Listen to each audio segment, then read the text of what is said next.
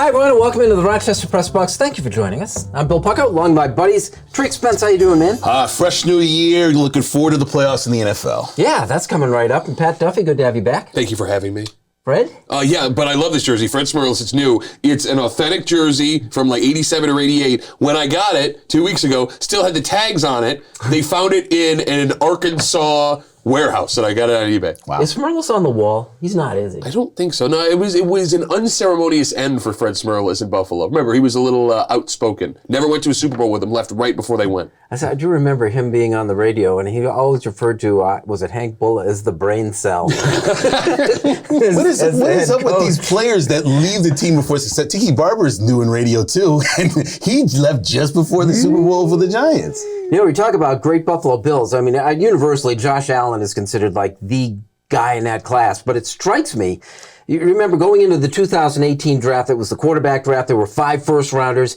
Allen's the only one standing. Well, I mean, luckily for the Bills, he's standing and he's looking pretty good. Another MVP type of year for him, although we'll talk about that Pro Bowl incident a little bit later on. It's interesting to me how many different people went to, let's just say, for example, Josh Rosen, and thought that Josh Rosen should have been the quarterback. Arizona gets him 1 year, moves off of them, gets Kyler Murray, who's pretty good quarterback. Then you go to the class right after that, maybe the Hurts, the Burrow, all of these other quarterbacks seem to be excelling in the NFL, whereas that class was supposed to be the next future of the NFL. It was the 83 draft all over again, right? That's what it was sold as. And granted, the 83 draft, you had your Blackridge, you had your Easons, right? Like there were a couple that fell on their face, but you had 3 unstoppable Hall of Fame quarterbacks that came out of it. Look, I mean, you say Allen's the last guy standing. I still really, really like Lamar Jackson out of Baltimore. And in his defense, he's been hurt a lot this season, so maybe this season you can't count it. But you're right. Like, well, that's what I mean about not standing. The guy's physically, he can't stand. But like when you talk about, the first 2 and Rosen, here's how irrelevant Josh Rosen has become. And I will be the first to admit this. I wanted Josh Rosen as a Bills fan. When they said the Buffalo Bills picked Josh, I'm in my head, I'm going to say Rosen, say Rosen. There really was a pause in there, wasn't there? Yes, well, he knew what he was doing. Josh Rosen is now so irrelevant. He was in Buffalo as the backup quarterback for the Atlanta Falcons on Sunday, and you just realized it right now. No. That's how irrelevant Josh Rosen has become, standing across the field from a kid having an MVP season. Look, if I'm the Browns, I got to do some serious thought about what I'm doing with Baker Mayfield next season moving forward. Sam Darnold's already trashed himself out of 2 cities. Like, I know there was work that went into drafting Josh Allen. I know they had to move things around to get up to the 7th pick to go get him. But the luck that 2 teams passed over Josh Allen and that the Bills decided to pull the trigger on what was, media-wise, regarded as the worst quarterback pick in like 20 years in the first round.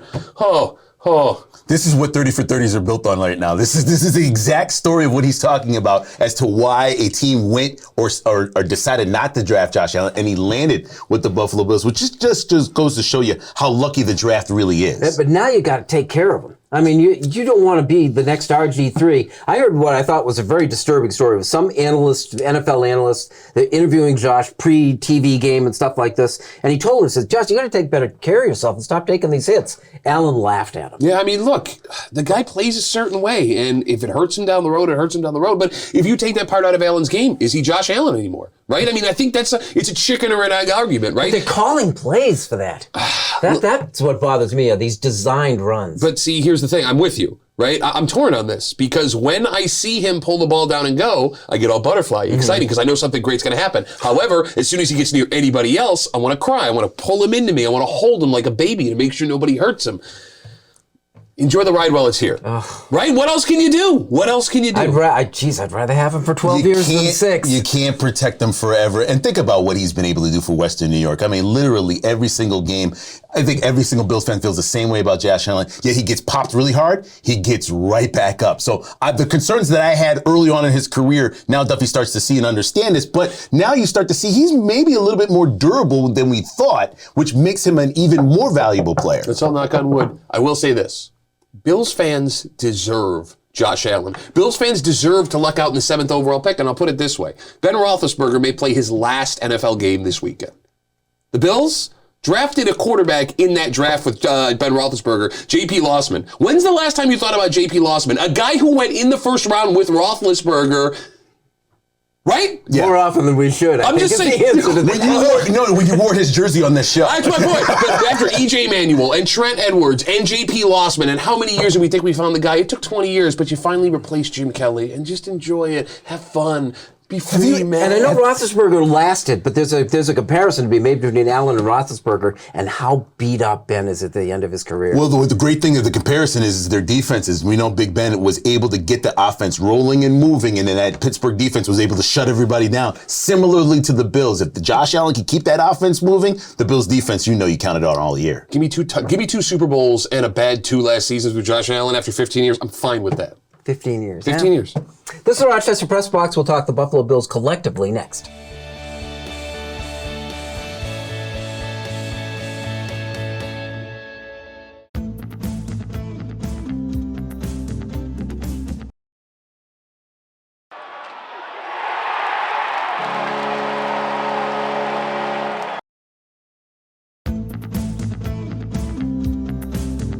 Welcome back. Thanks for joining us here on the Rochester Press Box. Buffalo Bills segment brought to you by Ralph Honda. For 3 generations and celebrating 50 years as New York's first and oldest Honda dealer. Visit Ralph Honda today. Find out how we do Honda right.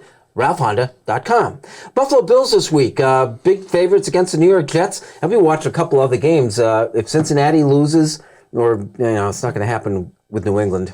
But anyway, I don't think I want the Bills playing the Patriots the first round of the playoffs, which means things have to happen. What are you worried about? I don't like playing a team 3 times. Okay, I agree with you, but they split. Now, here, let me take a second. Lean back. That would be, just to clear that would be the matchup right now. The 4 versus 5, the Bills would play the Patriots if everything stays the same. Now, however, if all the betting favorites win this weekend, the Bills would end up taking on the Colts in Orchard Park opening weekend. Look, I would like to take a second to rub it in everybody's face who was tweeting at me and some people sitting here in this room. What did I tell you 5 weeks ago? What did I tell you 5 weeks ago? You had nothing to worry about. Everything was going to be fine. The Patriots are pretenders. And look, I'm not saying that the Bills, let's say the Bills play the Patriots next weekend, right? I'm not saying the Bills come in and walk over them. They don't scare me. Is Mac Jones going to go and put a team on his back and win a playoff game? He's not going to do it. You saw the performance that Josh Allen put on against Bill Belichick's defense when it wasn't 100,000-mile-an-hour wins. Now, I always believe in the setups, like even though the Colts came into Buffalo earlier this season, just ran them off the field, the most lopsided game they played all year.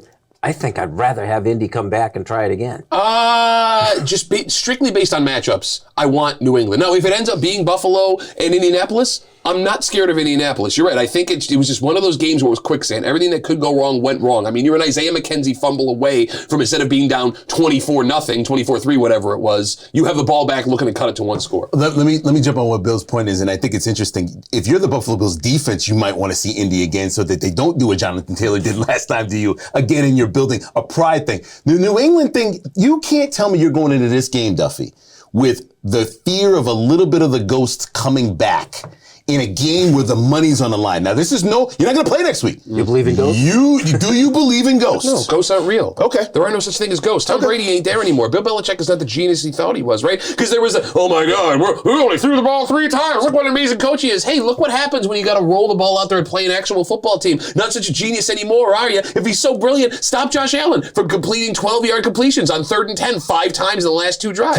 Can I give the Bills a little bit of credit? They've been able to run the football the last couple of weeks, which has helped out, and not put the pressure on Josh Allen, which would be great against the Indianapolis Colts or the Patriots in a cold weather game. Would Where you not do we agree? stand with that heading into the last week of the season? I mean, what is the status of the Bills' running game? I think it's a little bit better than the start of the year. Let's be honest with you. The start of the year was non-existent. It was basically Josh Allen running for his life for the most part and Duffy being concerned about it, which is true. It's gotten a little bit better the last couple of weeks. Now, think about it. The competition hasn't been great. It hasn't been great with Atlanta. We know with the Jets, they're not going to be much better. But I think the confidence level of the running game is a little bit better, and that's what I hope on. Competition has been great. Singletary had a touchdown and 86 yards on the ground against the New England Patriots, a team that you're worried about coming to Buffalo and doing something, right?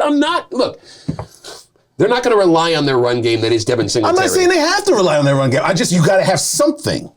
What's something? Because you had 86 against New England. Good. You had 50. Devin Singletary had 56 against the Panthers. And he had 110 against Atlanta. Right? Yes. Is that something? Is 56 against a team like Carolina something? Give me anything better than that. 3 games for the Buffalo Bills running game earlier this year. It hasn't existed. That's why it's so important going into the playoffs. Any chance we're taking the Jets too lightly? No. They were a play away from beating Tampa. No. If it's ifs and buts or candy and nuts, I don't remember how the rest of this goes. But you get the point that I'm making. No, I mean, look, you got Zach Wilson coming in, right? okay? The Bills picked off Mike White 4 times, beat him by 28 points the first time they played him in the Meadowlands. You got this kid from Utah with that kind of haircut coming into Orchard Park in January against this defense. That kind of haircut. You see that, you know what I'm talking about. I do know what you're talking about. And by the way, I'm talking about the haircut. When Antonio Brown walked off the field, the Jets were leading that game. Tampa Bay came back and beat them. Their psyche is done. They're just looking to go into the offseason. Yeah, it could be the last shot. So, I guess we all do. 16.5 is the betting line, and I do always ask you about it. What do you think, Drew? I'd say 2 touchdowns, but not 16. Yeah, that's a lot. I'm with him. I mean, I think you're also at the point where you're rolling in the playoffs. If the Bills get up 2 possessions late in the game, maybe you start putting people down. I don't think they get to 16.5, but they do win. Winning, there's a home playoff game. That's kind of cool. Looking forward to it. All right. This is the Rochester Press Box.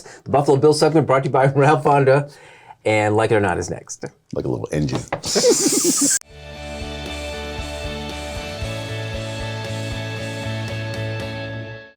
Here's the Press Box trivia question brought to you by Market View Liquor, where exceptional customer service meets an extensive selection. Jefferson Road at 390.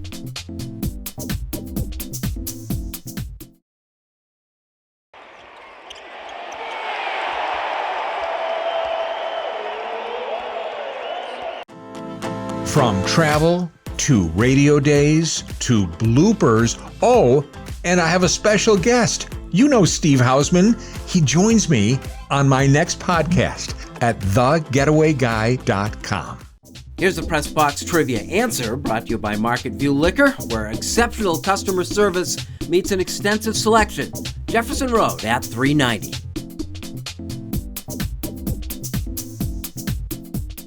Are you facing criminal charges from a DWI and feel that you never imagined it could happen to you? Contact attorneys with years of experience as prosecutors and defenders. Contact Ganguly Brothers Law today for a free consultation. You can put your trust in us.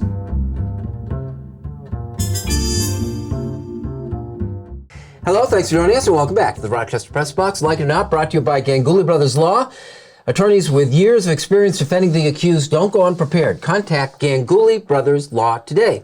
Like it or not, we have the NCAA championship game pairing Georgia and Alabama. Let me just tell you this. If you're a Georgia fan, you want this more than anything in the world. What Alabama did to you last time, 24 points, you only scored 24 in the game. In the second quarter, Alabama runs away with it. Listen, Georgia has always been trying to get to this point. They've always tried to get to Alabama, beat them, can't do it in their division. Now you do it in the bowl game, biggest game of the year. I still think Alabama's going to win. But Georgia, you have to have this one. If they win this game, Kirby Smart's going to be legendary forever. Line flipped. Alabama opened as a 1-point favorite and were quickly 2.5-point underdogs. Yeah, isn't that amazing how when people got dismayed that it's the same game over and over again, that the line flipped in Vegas? Isn't that amazing? I don't care. Can I be honest with you? I've seen this game already. I do not care in any kind of way. You're not going to see this outcome, I don't think, though. You know me, I'm big on setups. I think Georgia had no chance to beat Alabama in the situation they were in the first time they played, and they got everything going for them now. A month later now. It's a month later. You're stewing on this loss. It means a lot to Georgia. But it's only one game later. Look, I would have been way more interested in a Michigan, Alabama, or a Utah, Cincinnati,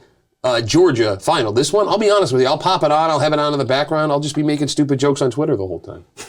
Like it or not, we had a comparison, I think it was Trent Dilfer on the radio, I heard compare Joe Burrow, the Cincinnati Bengals quarterback, with our patron saint of quarterbacks, Jim Kelly. Yeah, I think it's brilliant. I had never thought of it, but now that I'm thinking back to all the games I've watched Joe Burrow, I mean, the kid is tough. The kid has a cannon of an arm. The kid doesn't seem to have any fear when he's squeezing ball in places, and the guy has nothing but faith in his teammates. I mean, that was a huge marker for Jim Kelly, right? Like, he was a guy that would go out and just put the ball up. He could throw 3 interceptions in the first half. You would never know in the second half watching Jim Kelly play in that exact same football game, coming back and winning. And you saw it in that game against Kansas City. They get down big against a team that's supposed to be dominant, and it's just fearless. Boom, boom, boom, boom. That is the perfect comparison. Don't do this to this kid early on. Why do we do these to these guys? Why do we put him on a pedestal where a guy has gone to 4 Super Bowls and the kid hasn't even gotten to an AFC Championship game yet? Why do we do this? Let the kid play. Let the record show what it shows, and we'll go from there. I do love his confidence, though. I will say Cincinnati might have one here. They might have a quarter. I really love the whole geographic thing, too, because that kind of profile, it fits in Buffalo, Pittsburgh, Cleveland, Cincinnati, you know, this area. Yeah. And we know with Josh Allen, somebody with that personality, that belief can play, is always in the game. the fans start to rally around it, the players start to believe in it, the coach and the organization, it can absorb Cincinnati. So they might have one here. Think about this, though. You ready to feel old? It's possible Joe Burrow has no idea who Jim Kelly is. I mean, he knows the name. I mean, Jim Kelly played his last game in 1986. What, Joe Burrow couldn't have been born before 1999, right? Yeah. How's that feel? Not good. You're old. Not good. But you understand that I live with this every single day. Rochester Press Box and Like It or Not segment brought to you by Ganguly Brothers Law. Unfinished Business is next.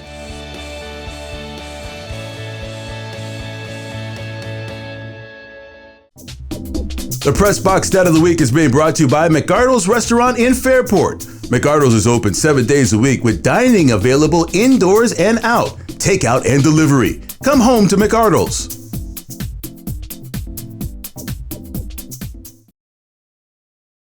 And now to Eichel. He floated one.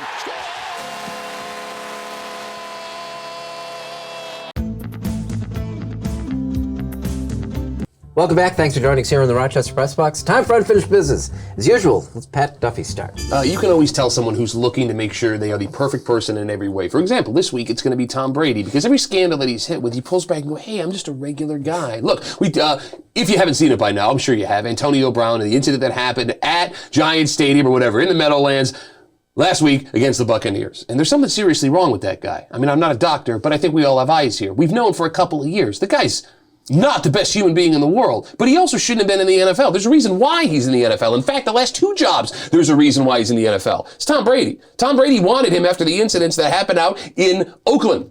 And the Patriots signed him, had him for a week, and let him go because of situations. And then he shows up in Tampa. Bruce Arians on record before they sign Antonio Brown saying, we don't want him in Tampa. Tom Brady, with the power that he has, brings him in. And then after everything happens, sits on a microphone and goes, we care about this guy. We're going to do everything we can to help him. You know what would have helped him? Not bringing him back into the NFL. I mean, look, the laundry list of things that have happened on and off the field with Antonio Brown, and we're talking heinous things that he videotaped himself and put online.